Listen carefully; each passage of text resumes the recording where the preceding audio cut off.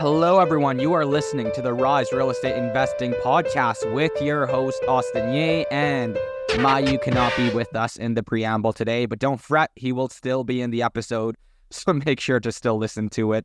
Anyways, couple of updates on my end. We'll try to keep this short and sweet, but I ended up selling a property that I had with a joint venture partner. It was a single-family home in a pretty desirable neighborhood of Sault Ste. Marie. It's one of those unique properties in the sense that it sits on quite a large lot. It's not directly in the city, but it's about a 5-minute drive away from the city. The reason why we ended up selling it is because there wasn't too much we could do with the property in terms of developing it or any potential there. It was really just a long-term buy and hold. And because of the lot size, it did require a decent amount of maintenance. There were some issues popping up with the property.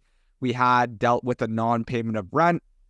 That obviously wasn't great. We had a sump pump backup that led to a couple $1,000s to fix in the basement. On top of that, outside of just the sump pump backup, although we were able to go through insurance, there was still a deductible that we had to pay out of pocket.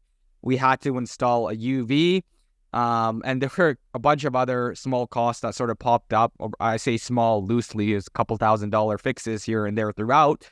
But there were a lot of those capital calls that we were having with this property, so we ended up just disposing of it and walking away. We still had a decent amount of profit, not a whole ton, but something is better than nothing, especially in today's market. And it was definitely a lot of headache alleviated from our shoulders because we could have saw this property to continue to accumulate capital calls. And there's probably an upside potential in what this property would be worth, just because, again, it's in Sault Ste. Marie.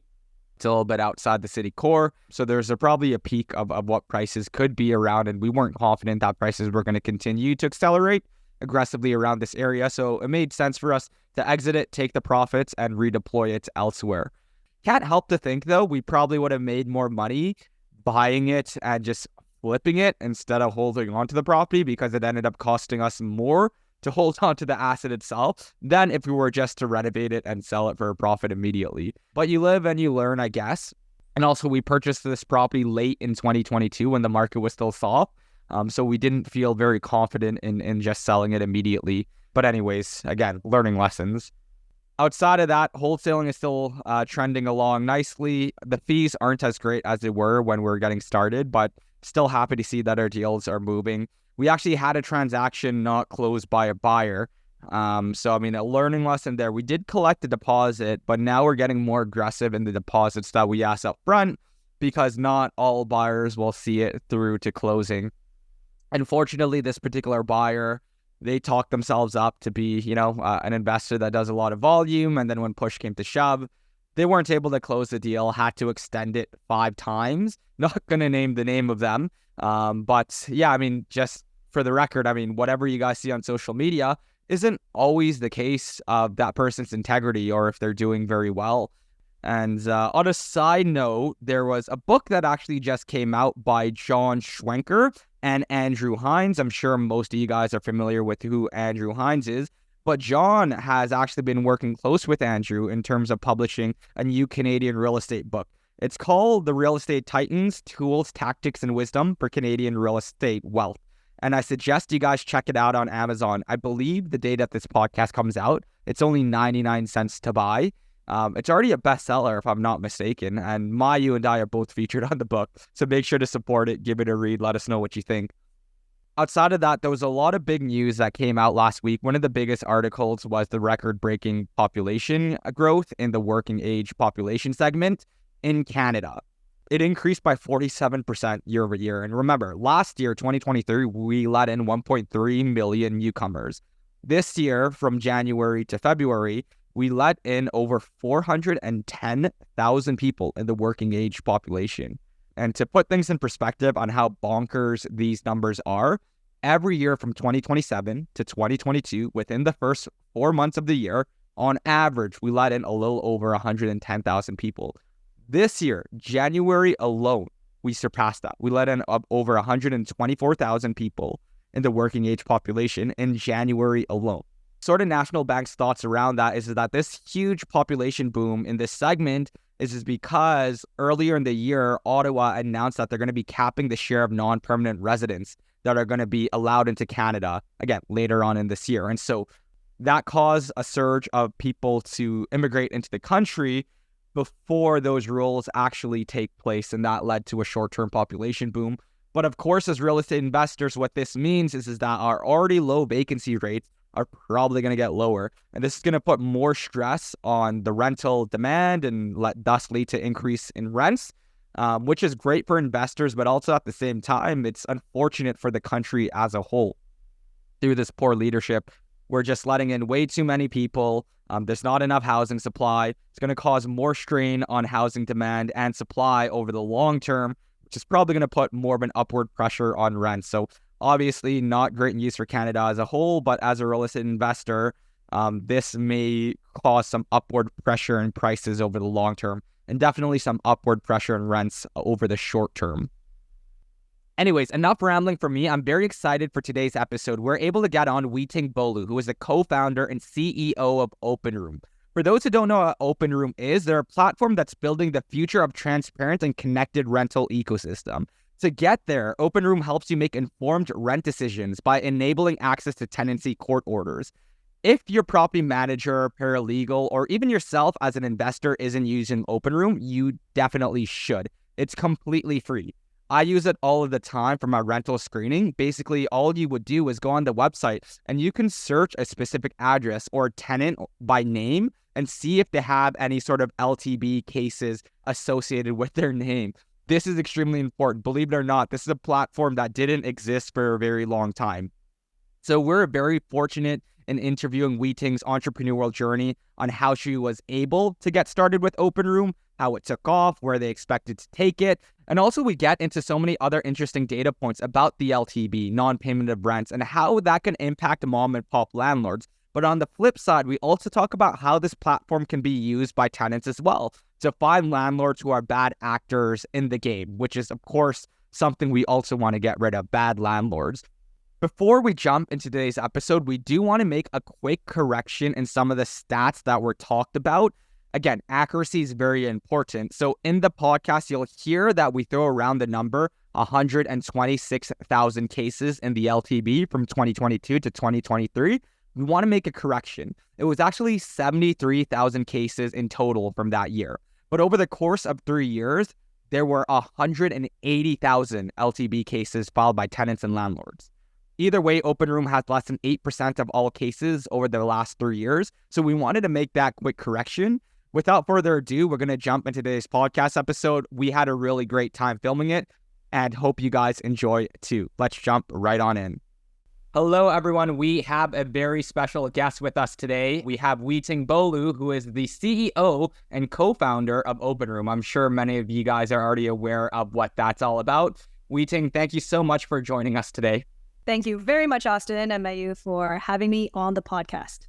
No, for sure. I think it's our pleasure. I think this is going to be a different episode from what we normally do with pure real estate investors and developers and stuff like that. But for anyone that doesn't know you, that doesn't know Openroom as well, why don't you give everyone a quick update on who you are and then who and what Openroom is? Yes. My name is Weiting Bollu. I am the co-founder and CEO of Openroom. My background has always been in product software management. So built software products my entire decade after university. So I specialized in the past in insurance companies, education, artificial intelligence, NLP, natural language processing. So very well versed in building fantastic products that people use. And when it comes to Openroom, what we do right now, all we offer, but it seems to have gotten thousands of eyeballs on it, is we aggregate tenancy-specific court orders, or once you've gone through a dispute, and we make it searchable by the public. That way, you can make informed decisions before you rent or deciding who you want to rent to. Awesome. Yeah, I mean, it's about time since we had a program like that in the marketplace. Before we jump too deep into Openroom, I think we kind of want to take it in chronological order, your origins. So you mentioned that you had a little bit of work experience before getting into Openroom. Like, what was that journey like to even start? Were you involved in real estate in any way before you began Openroom, or could you walk us through that? Oh, yes. I spent over a decade managing family and extended family friends' properties. So back in the day, like I remember my dad had a basement unit, and basically I grew up helping him manage. And then relatives or family friends were like, oh, yeah, Weiting, you studied business. You've been helping dad manage. How about you take on our properties for free as well? So I basically learned by trial and error and did not have formal education from a real estate or property management side of things. So I made plenty of mistakes on the way, including the big mistake that I made that led me to build Openroom. And what was that big mistake? Yeah. Oh man. Okay. So I bought a property. It was supposed to be primary residence, but at the time I was like, you know what? I'm still fairly young. I will go and live in my mom and dad's property first, or in their basement, for lack of better words there, just for transparency's sake. And then from there, I was like, all right, so I have this property. Let me go search for a set of tenants. And this was like back in 2017. And so I had found a set of tenants, didn't really do much due diligence check on them. However, at the end of the day, they still paid rent up until the pandemic. So when the pandemic happened, their business had closed down because they owned their own business. It was a cash business. And then in the end of the year, I knew that I wanted to grow my family. So I had originally issued the N12. For those who don't know, it's the please leave my property because I need it for personal use. So from there, I had given the compensation, but then tenants decided they weren't going to leave, and now they're going to not pay me any rent anymore. So that took an entire 2 years to solve at the LTB. I was going back and forth, trying to fill out my notices, give it to them, do the filing, made multiple mistakes along the way, which is what dragged it out. And then I had gone to the LTB multiple times, got these orders at the end of the day and said, this is public information. Why don't anybody else know about this? Or why isn't there a place for me to put this online? Because it's public information. So then that's when I turned to my partner, because we both actually build software for a living. And we said, can we go build something? And that's the impetus of Openroom, where we then started with just 5 of my specific orders in the system, and now to 15,000 in the system. And Openroom hasn't even been around for, I guess, that long, right? Like, I think it was 2023 or so, like early that I think we'd heard of it. And there were some other companies along the way that had tried to kind of certain variations of a similar product, right? But had never really taken off with mass adoption like you guys did. So that first tenant, you eventually get them out with 35,000, I guess, or so, or was it 30,000 or something in rents owing, right? What then happens? Do you guys end up selling the property? Did you own it? Did you continue to purchase? Where did you go from there? No, we got $0 back from that set of tenants, but afterwards with the property, no. We are not renting it out anymore, so we took it back into our own possession right now. Oh, you didn't? So you didn't go through collections or anything like that? The thing is, Austin, for collections route, there has to be something to collect. And because they own their own business, they earned a cash business, it's very difficult. But it doesn't mean it's not possible. I think that I am also exploring a couple paths for Openroom to help more people with this. So I'm exploring various partnerships. So I almost want myself to be a guinea pig. Coming up soon, right? Very interesting. I think if Openroom's, look, I've got enough unpaid rent that we haven't gone through collections for, because even just going through the collections process is expensive and sometimes requires money. And there's been people that have found, partners that will do it on a commission split and stuff, right? Yeah. And you also have to think about a lot of the mentality when you have that unpaid rent is, are you going to throw good money at bad money? Right. Because it's bad debt already. So then it's like, oh my gosh, I have to continue to put money down this path when I'm maybe never going to see this money again, because collections agencies have told me that the collections rate is about 1 out of 5. Yeah, that seems to make sense. What we heard from my paralegal is that the reason why it's so low is people end up abandoning it because it takes 2 years. You don't get any results. You have to throw in, to your point, you have to throw in more money, more time, more stress, more headache until it finally pans out. So at what point are you like, forget it, let me move on with my life and just sort of, take this as an expensive learning lesson? I'm sort of curious. So now that we've sort of heard their origin story of Openroom, I want to get into understanding what it is a bit more. So Maya was mentioning there's been like sort of variations, may not accomplish the exact same thing, but like one of the common things that kept on coming up is quote unquote bad tenant list, right? How you're not allowed to do that. So whenever there were these Facebook groups, I think people try to make it themselves and just share different tenants on not paying rent, et cetera, et cetera. It always got shut down or made it to the news or something along those lines. So what makes Openroom different than quote unquote a bad tenants list? I mean, we also made it into the news, but we didn't get shut down, at least not yet. I'd say the main difference for us is that these are public documents. These can be requested by the public, and it's very, very factual, right? And whereas what you were mentioning earlier, Mayu, is that these are Facebook groups that may have started, and they're really based on, okay, I'm a landlord. I didn't even have a court order or anything of evidence, and I just basically post names. That is not okay. We do not accept reviews on tenants, reviews on landlords. It is a pure factual piece of information that you give us before we make it public. And we do our due diligence in ensuring we check through everything. And as soon as there is a dispute in the system on a specific order, which we get very few of because we do very thorough due diligence checks, then we will actually go to the LTB, the tribunals, and request what we do is called the Freedom of Information Request to request the original documentation. That's very interesting. Yeah, because I think like I've been in like informal, like here's a Google Drive link with like a Google sheet that has like, this is like dating back to like 2018 and stuff. And I'm like, man, like, you know, I decided if you're like heated up in the moment and you want to like release this stuff, but is Openroom still then dependent on the landlord coming in and uploading their report into Openroom? Or is it just all cases get automatically inputted into Openroom? No. It is not all cases at the moment. So what is it right now? May 2024, we do not have all of the cases. It is, I'd say the majority is from people who are uploading their fresh cases after they've gone to the LTB into the system.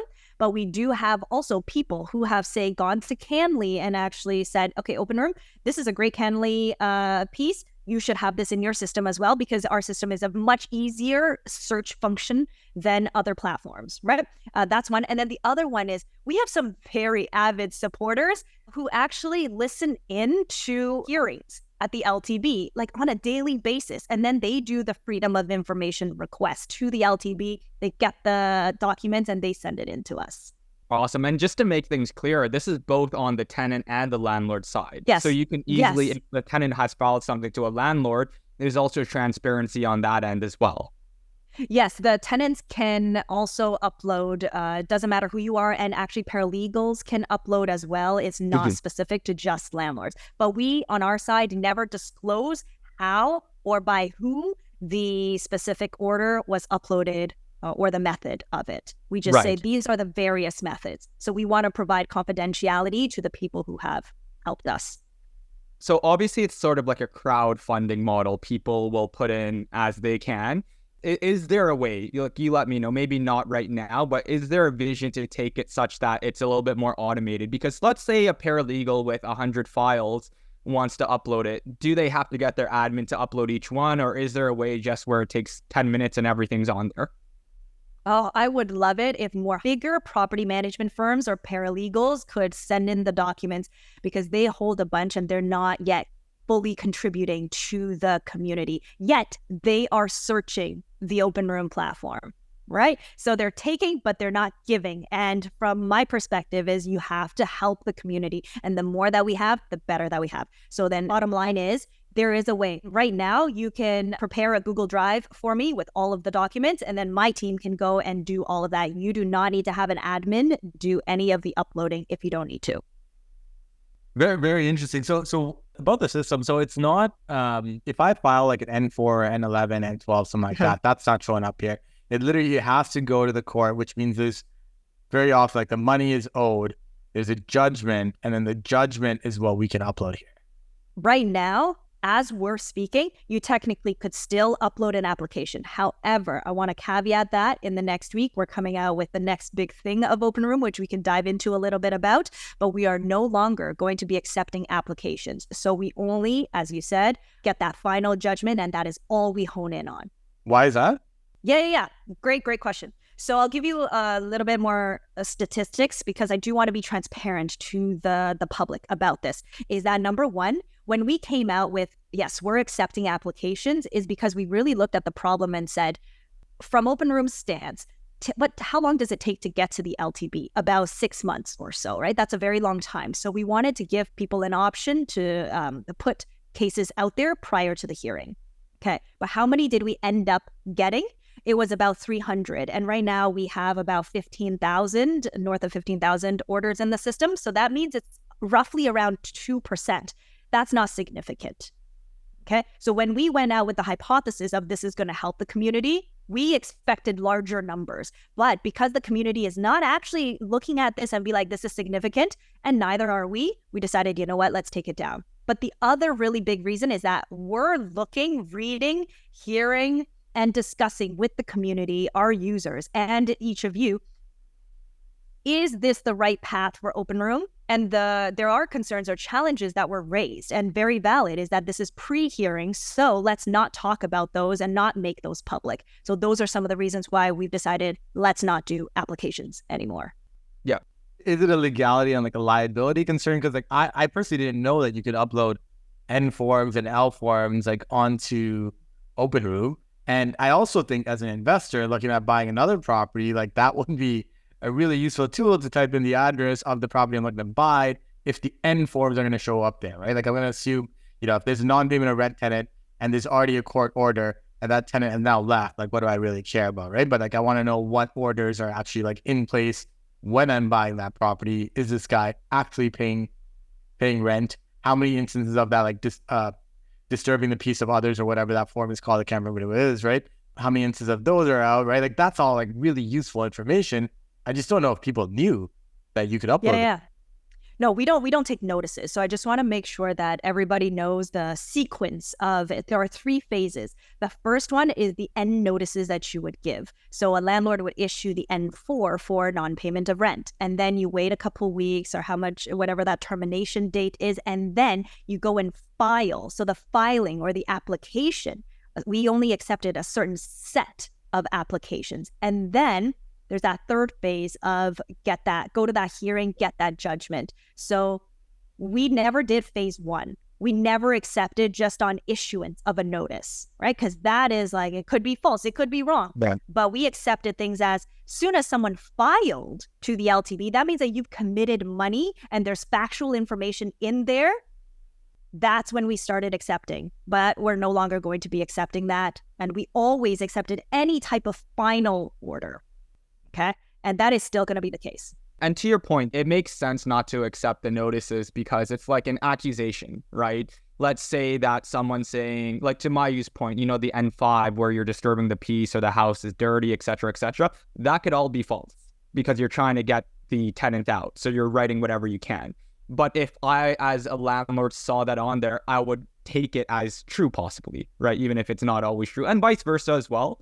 Tenants can file things about landlords that aren't necessarily true. So it puts everyone in a difficult situation. Now, I'm wondering if, let's say there's a lot, at least for me, I can speak from my own personal experience. I usually file the form and the tenant and I usually figure something out. And so we never have to go to court, right? And then we just don't show up. That will continue to appear on the system if it's like resolved, but no one ends up going to court. So they kind of just drop it or close it. Well, there has to be a final order, but if there's the withdrawal or listed on that order, we'll still take it. But what we've started to do is actually protect the tenants if they are in the right. So for example, bad faith evictions. If a tenant took a landlord to the LTB based on bad faith evictions, what we'll do is actually redact the name from being searched in the system. And that's really important for us because we want to hold the bad landlords or bad housing providers accountable for their actions. Right. And I actually wanted to address one more thing from on the legality piece, right? What people might not know, and people can do this, like as the public, you can do this. You can go to the LTB and request, it's freedom of information request on a specific person, and you get not just the order, but the application and the notices that were filed. So when we talk about public information, all of that is given to you by the LTB when you request for it. Talk about a golden nugget. How long does that normally take? It takes about a month to get it back. Yeah. Okay. That's still really good information to know. No one has ever actually mentioned that to us. Yeah, nor that's, have we heard the community talk about it. So that's very interesting to know. Yeah. Yeah. Yeah. It's like kind of like processing that. So I was just going to add here. So the movement towards protecting the tenants, I'm sure Openroom got a little bit of backlash, especially with all the stuff going on with tenants and landlords and COVID and the recent environment as well, just kind of LTV cases piling up and stuff like that. Is that kind of some of the issues that you were seeing, is these bad faith evictions? And then I guess the entire concern is like if a tenant's name pops up when you search and that tenant didn't allow the landlord to move into their property, whether or not it was good or bad faith, it's kind of like shown as being a little bit rebellious. How do you then, okay, so the first question is, A, was that the backlash that people were giving? Is that they're now getting in trouble for signing up against these N12s, I believe is what the form was. And then B, how are you identifying what's a bad faith eviction versus a normal eviction or someone wanting to move in? I don't personally go into any specifics, like when an order is submitted to us, right? So I don't dive into or like speak to the landlord, speak to the tenant. It is whatever that is presented in front of me. If it's an order, we take it. And to your first question of the backlash, it's how we build at Openroom is we are seriously obsessed with the users and your feedback. So we are reading Reddit, we're browsing Facebook. Like, even though I don't make comments, I am watching the people who are tagging me in their stories or comments.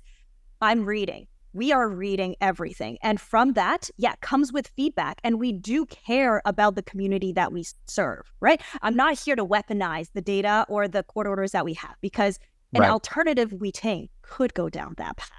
We have very sensitive data about people, and I want people to know that I take this very seriously, and we really, really want to protect people's privacy. But because we're very young, we're a 2-person startup, to be very transparent. I hope that in the future we will grow, but with that comes many challenges that we can't solve on day one. And if I can't solve it on day one, that doesn't mean I'm never going to solve it. I'm hearing the complaints, or I'm hearing the avid supporters. I'll get there. I'm going to get there, but not today. So speaking of sort of problems that you're overcoming, what are the current hurdles that are popping up, and what do you need to do to sort of address them? I know that you're getting a lot of feedback. Like, is there a common piece of feedback that a lot of people have? Ooh, good question. I'd say there are problems or challenges that the community is experiencing, and they'd like Openroom to be helping. But there's also business challenges, because both my co-founder and I had quit our jobs back in mid-February to work on Openroom full time. So which route do you want to tackle? Let's go with business challenges first. Okay. Business challenges. Some of the things that we're working on is how can we provide more content to help people stay educated or get educated. One of the reasons why I was ignorant and lost a whole bunch of money in my experience is because I didn't know what I was doing, right? I thought that being a landlord is passive income, which is what a lot of people say and a lot of people think, but it is the farthest from passive income. So one of the challenges is, how do you educate the community? So we have a training program, but not everybody wants or can pay for a training program. So I try to educate a lot through Instagram, for example. All right. Some of our content had gone viral, which is fantastic to see that people resonate. I was very surprised on that end. And then the second challenge that I would say is monetization of the platform. Okay. So if we look at how do we make money to continue to be able to offer value to the users and the rental ecosystem, that is something that we're working around. And all of 2024 is going to be about experimentation. I do see, so there's a monetization plan. Is that coming as well for like certain types of orders, or is it going to be like every time we want to rent out a property, you want to do a search, you then have to like pay for it? And is it tenants and landlords that are both going to be paying for it? Yeah, I'm curious on that side, like what the business side would look like, because ultimately it's a business. You have to make funds. It's not like you're government funded, and I don't necessarily think we'd want you to be government funded either. So yeah, my prerogative might change, right? It's like, oh, sorry, everybody, my customer is now the government. But you know what? Fundamental level is that we have a community that helps build Openroom. We're building in public with everybody, and the orders in the system are from the public. So we believe that there's a fundamental level that needs to be free because the community is actually helping us build Openroom. So with search, do not worry, that part, you're still going to be allowed to search. But what we'll start charging on is like added value services. Okay, so that could come in the form of you want to see more than 10 results on your search, then pay a little bit extra. Or you want a heightened level of support. You want to talk to Weiting because you want to jump on the phone. You don't want to do like email and wait for me to resolve certain issues. Then you'd pay a little bit more in order to get that. And then there are several things that are in the pipeline, in the works that I can't speak to. But what I can share is there's also going to be bad debt reporting. Awesome. And speaking of sort of like business challenges earlier, I've also noticed that on the website, you guys have some collaboration. So you collaborated with Equifax a while back ago, if I'm not mistaken. Yes. What is that all about? What is that partnership? And are there, you probably can't disclose if there are any other partnerships, but are you working on partnering with other companies? And if so, what is the goal to accomplish with these partnerships? Oh, yeah, absolutely. I'm always looking at partnerships because how I see it is that we're in a housing crisis, and it's not just up to one player to solve it. But if multiple players can gather together for that bright future, I'm all in for it. I'm raising my hand. So if anybody's listening, you have a company that you think we could all work together, call me. Okay. But when it comes to Equifax, to address that question, it is all about rental reporting. But first, we're going to start off with bad debt reporting, because much in our system are the court orders that have arrears. So with that, next natural flow is get those reported into the credit bureau so that it can affect negatively on someone's credit score and their credit history. So that's the piece that we're working with Equifax on. How does that work? So if you get a judgment of 10,000, is it automatic or do I have to take a step to ensure that it's reported to Equifax? Yeah, if you are the housing provider, you need to let us know and give us that consent to get it onto the credit bureau. But because it's bad debt, you do not need your tenants or whoever the person owing the rent from to consent to it. So you can make that decision that you want Openroom to be that data aggregator, is what we call it, to send that data to Equifax. So this is kind of because Front Lobby, which is another company that I think provides completely different service, but they're more about month-to-month reporting to the credit bureau. This is more about reporting the outstanding debt on the Equifax, which is likely to garnish a bigger response, I'd imagine as well, right? Like it's more likely for them to then repay you. But is that kind of the difference between you guys and Front Lobby? Front Lobby's month-to-month, you guys are after the fact? Yeah, if we want to dive into how Front Lobby does it, is that they actually do bad debt reporting as well. So anybody who has bad debt, fantastic company, Front Lobby, right? But they also do the on-time rent reporting. And from our perspective, we have a different method in terms of what gets reported. So we don't take any type of bad debt. You have to have a court order before we accept it as bad debt. And later on in the future, we're thinking through ways and if we want to go down the on-time rent reporting side. That's the next natural step if we were to take that route. Interesting. Have you guys looked into, I know we're sort of just throwing ideas now, but that's sort of how the podcast goes.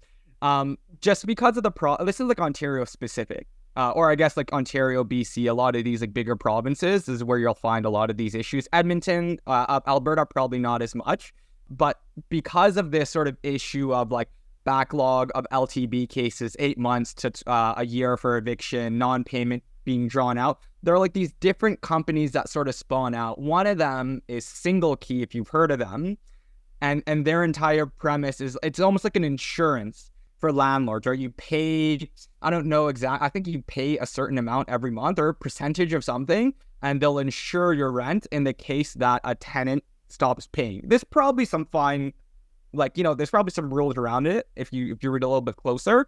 But have you guys looked into expanding outside of just simply, I say simply, but it's obviously a big thing, outside of reporting, you know, these LTB cases, whatever's uncannily? Like, have you thought about other avenues on how you can grow outside of that?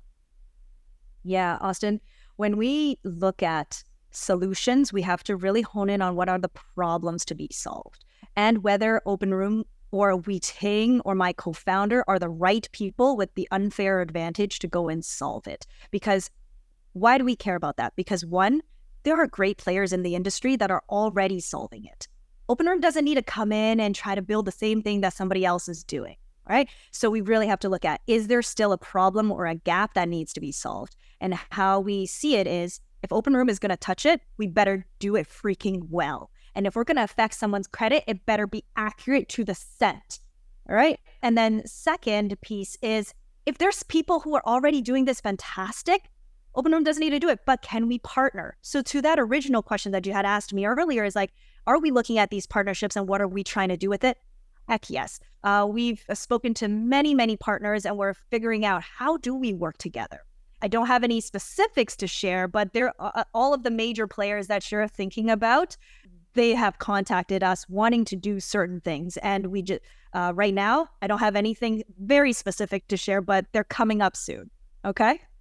That's good to hear, because I think, this example, and even if you look at what's happened with, I think it was Solo that had that entire not campaign, but it was like a court case or something like that against the government. Yes. And then you have like 3 or 4 different people pop up, everyone trying to do the same thing, right? Which just ends up being counterproductive. It's like, hey, did I just donate to this court order thing that we're trying to do here? And then someone else is raising funds for it as well, right? So, you're right. And you guys are serving a different function, front lobby serving a different one, Signal Keys offering the service in a different one. It would be great to see everyone come together in one way, capacity, or form, right? That would really be good. Now, for Openroom as a whole, just kind of cognizant of time, you guys have had a really good growth rate. I see you guys on Reddit. I see you guys I spend a lot of time on Reddit as well. So I see you guys on there, and more people are talking about you guys, not enough. And I still think a lot of people can learn, right, about Openroom and what you guys do. What's the plan for growth, right? Because ultimately, the more people that know you guys, the more people that are uploading, the more people using, that's the key. So what's the next plan? Yeah. I mean, I was telling you earlier that it's a very small operations over here. So some of the things that we're working on is the social media element, is can we put that face to the brand, to the company, because people buy from people. Right? You transact with businesses. So I really want to show people that there is a face behind Openroom, and that's Weiting or my co-founder. And this is why you can trust us, because heck, I am trying to build in public. I'm trying to show you all of the behind the scenes. So the growth from me there is you'll see us do a lot of organic growth methods. Okay, whether that would be through social media or alternative methods, but our stance right now is still $0 in advertising and continue to grow through word of mouth. When you say you see us on Reddit, I'm reading, but I actually don't have any accounts on Reddit that I post with. So all the people out there, it's funny that you mentioned that, because there are people on Reddit that think that I'm paying people to talk about Openroom or advocate for us. That is not true. And I just want to make sure that everybody knows that. No, I just mean I see people like complaining or talking about a tenant issue, and like a comment will reference something about Openroom at some point, right? And that's good to see, because that means it's being more recognized by the public and it's being more utilized and stuff like that as well, right? Yes. But you guys should. Yes. You should pay someone to advertise on Reddit for you guys. That would be good. Why not, right? Why? But why, Mayu? Because if people are already talking about me without me paying, that means that we're offering additional value that doesn't need to be paid, right? So that's how I see it, is that what can we do to offer tremendous value? So I always like the concept of give lots before we take. And I hope that the community sees us as they've been receiving a lot from Openroom, that they're willing to say, buy us a coffee. So hundreds of people have bought us coffee, and we are very well caffeinated. Like I've got this one today. Nice. Yeah. Rise Network members, audience members, listen up and buy Openroom coffee. We'll get you a lot more. I'm curious if you guys, because you have access to all of this information, it's all public information, as you mentioned before. Do you ever take a look at like the data behind it? Like what percentage is non-payment? Like what percentage is like a rent eviction, bad faith eviction, et cetera, et cetera? And if you do, would you mind sharing high level, sort of what you've seen it with that data? We're actually going to allow all of you to research that data. That's awesome. Soon. That's the logged in experience. So if people want to log in, you don't have to, because there's still a portion of the what exists today on the site. So you don't have to log in, do a search. That may change in the future. But for those of you who want to log in, do more refined search, do more research, right? There are topics of non-payment of rent, top adjudicators or top paralegals that you can see with the most number of cases. Yeah. But some of the stats that I could share with you and the audience is, guess where there is the most non-payment of rent? Which geographical postal code? I can't guess because you told me the answer. So you That's take a guess. I'm assuming it's Toronto, no? But we're in Toronto. Oh. Where? condos. Toronto. Yeah, it's got to be the condos. Yeah. The condo. So right next to the Rogers Center or the like City Place area. Okay. So Really? that place. Okay, Yeah, it's about $1.7 million of unpaid rent over the last couple of years. And that's pretty huge. But when we look at overall total amount over the last couple of years, just based on open room data, we have a fraction of what the LTB has. So let me just give everybody some context on how, like, we have less than 8% of what applications are submitted to the LTB. So at the LTB in 2022 to 2023, it was about 120,000 applications between the landlord and the tenant filing. But what actual applications result in an order?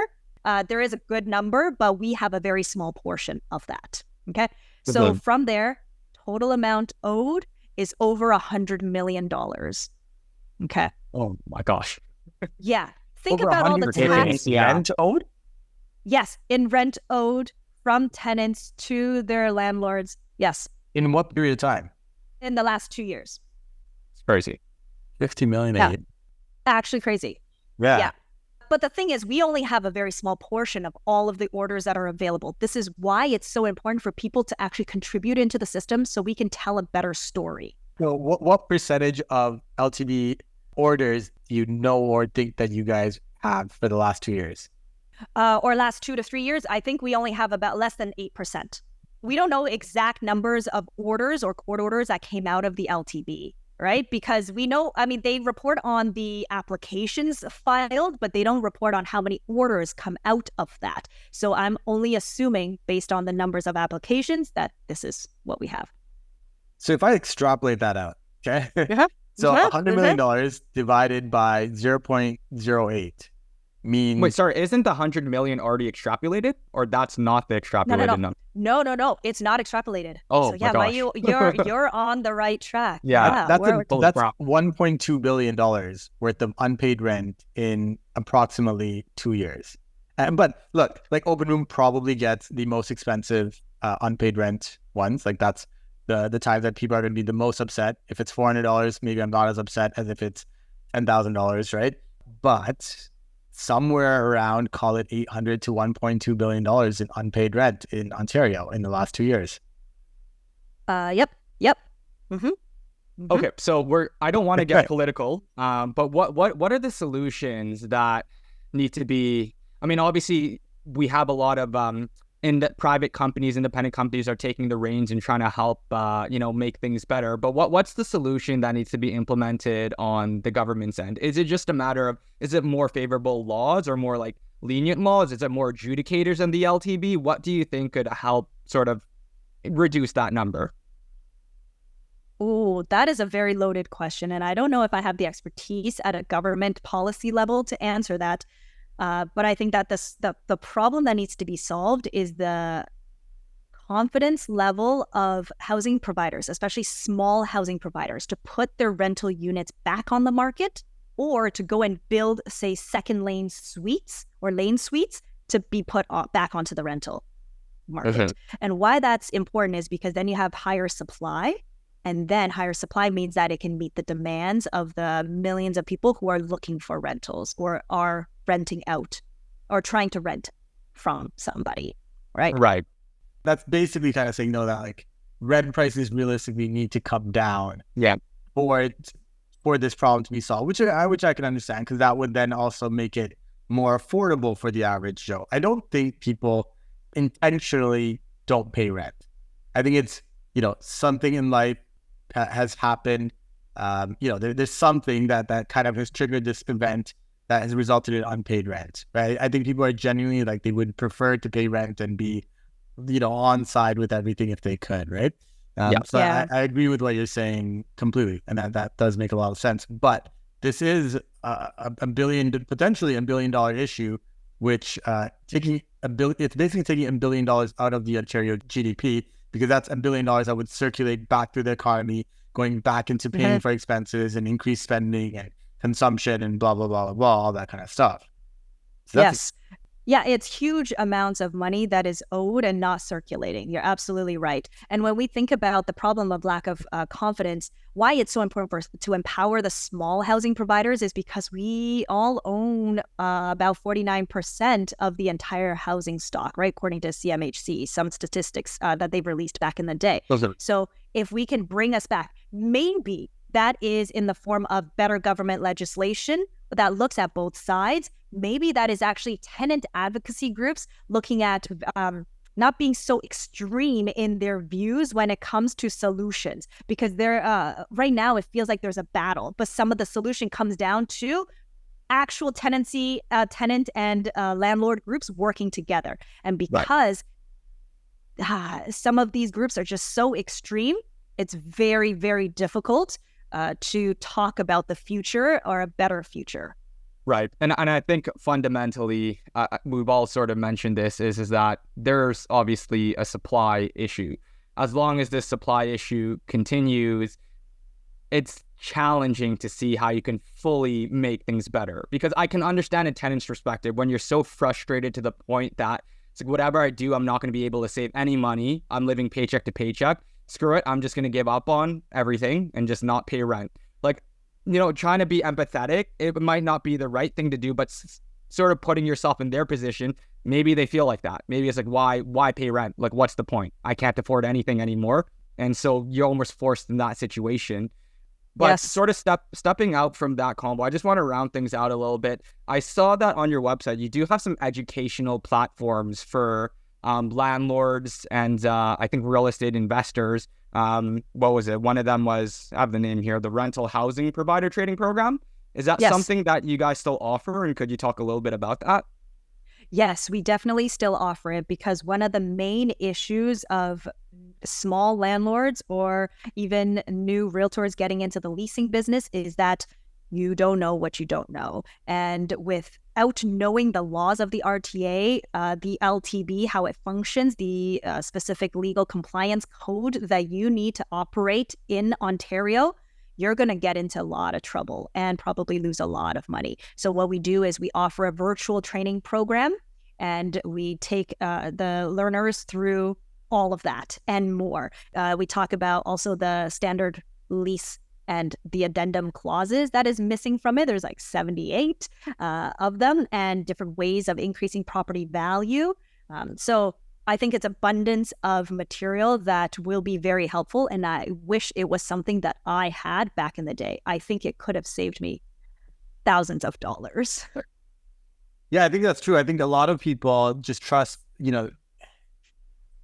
either they're very naive and know nothing about the LTB process, or they're relying on a property manager or a realtor to kind of take care of everything for them, which I don't think is the right approach either, right? I think real estate and the tenant groups would hate me for this, but if you think about real estate as a business, you wouldn't just buy a business and just assume someone else is going to take care of the entire thing for you. You got to understand and know your business pretty inside and out, right?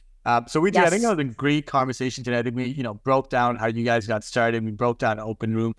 We broke down how big, like this is still like a shocker for me, just how big this issue is in Ontario, because we only see that on micro level and within our own networks. And we know it's an issue, but it's good to, try and formulate a rule of thumb on it. So, at this point of the podcast, we like to ask our guests got two questions. So the first question is, where do you see Openroom going in the next 2 to 3 years? Yeah.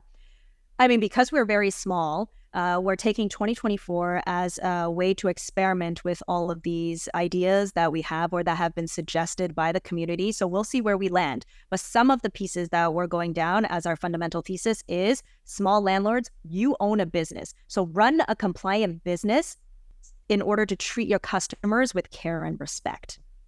right? Customers being your tenants or the renters. So from there, all the tooling, all the philosophies that we abide by at Openroom, that is what you're going to see, okay? And then later on, when we have all of that, we can then potentially help you make even more informed decisions. Whether you're a realtor, a landlord, or a tenant, what can we do in that geographical postal codes? Like, can we provide you with more research data? That would be wicked, okay?